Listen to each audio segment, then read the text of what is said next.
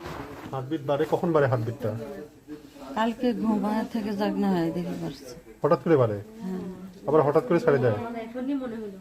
এই তো অসুস্থ হয়ে যায় তখন। ও, এর আগে কখন হয়েছিল?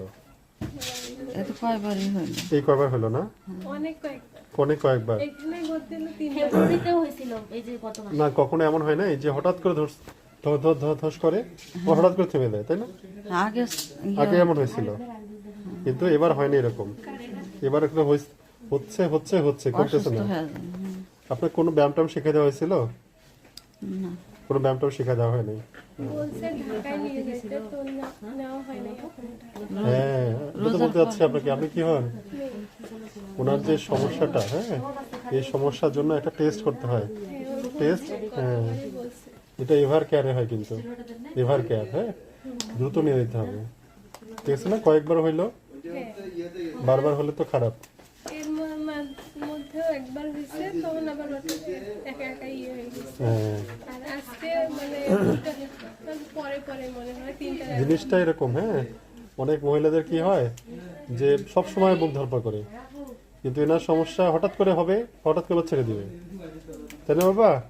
হ্যাঁ, তো এই আপনার এটার জন্য কিন্তু চিকিৎসা দরকার, ওই যে লিভার কেয়ারের যে চিকিৎসা দরকার, এরপর যে ওইখানে নিয়ে নেবে, করে নেবেন। আসলে দেখুন, বুক ধড়পড়ের অনেকগুলা ভ্যারাইটি আছে, তার মধ্যে এটা একটা ভ্যারাইটি।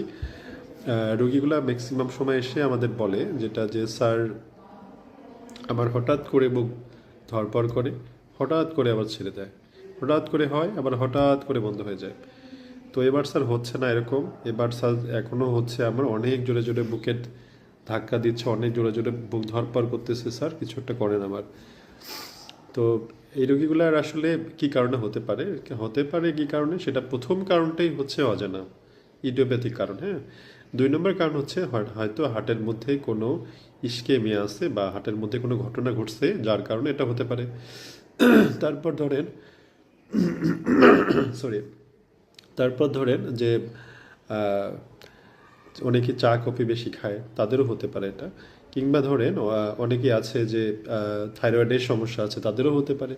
কিংবা মনে করেন যাদের ইলেকট্রোলাইট ইমব্যালেন্স আছে, তাদেরও কিন্তু হতে পারে এটা, হ্যাঁ। তো এখন যখন আসলো আমাদের কাছে, তখন আমরা যেটা করি, কিছু প্রসিডিওর করি, কিছু ম্যানুভার করি, করে দেখি এটা কমে কিনা, হ্যাঁ। প্রথম প্রসিডিওর করি যেটা, সেটা হচ্ছে carotid sinus message. Carotid sinus আছে, সেখানে ম্যাসেজ দিই আমরা, হ্যাঁ। তারপর আরও যেটা করা যায় সেটা হচ্ছে ইনডিউসড ভমিটিং, মুখের ভিতর হাত ঢুকে দিয়ে বমি বমি করার কথা বলি আমরা, সেটা করলেও হয়, অনেক সময় কমে যায়। মুখের মধ্যে পানি দিতে বলি অনেক সময়, তাও করলে হয়।